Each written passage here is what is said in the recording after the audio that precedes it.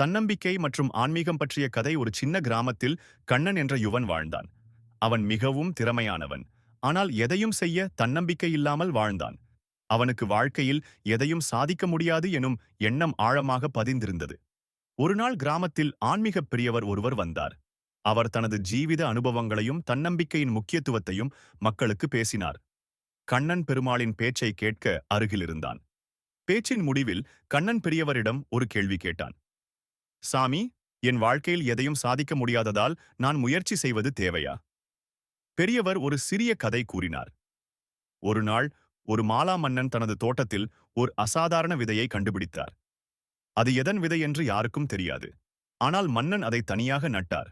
விதை சிறிது நேரத்தில் வளர்ந்து செடியானது. அனைவரும் அதை சாதாரண செடியாகவே நினைத்தனர். ஆனால் சில ஆண்டுகளில் அந்த செடி பெரிய மரமாக வளர்ந்து அனைவரையும் அதிர்ச்சியடைய வைத்தது. அதுவே புவியில் மிக உயர்ந்த மரமான ஒரு செக்வாயா மரமாக ஆனது. பெரியவர் சொன்னார், விதையால்தான் ஒரு மரமாகும். அதேபோல நம் உள்ளம் என்பது விதை. தன்னம்பிக்கையுடன் செயல்பட்டால் நீயும் உன்னதமான வளர்ச்சியடைந்து பிறருக்கு நிழல் கொடுக்கும் மரமாக மாறுவாய்.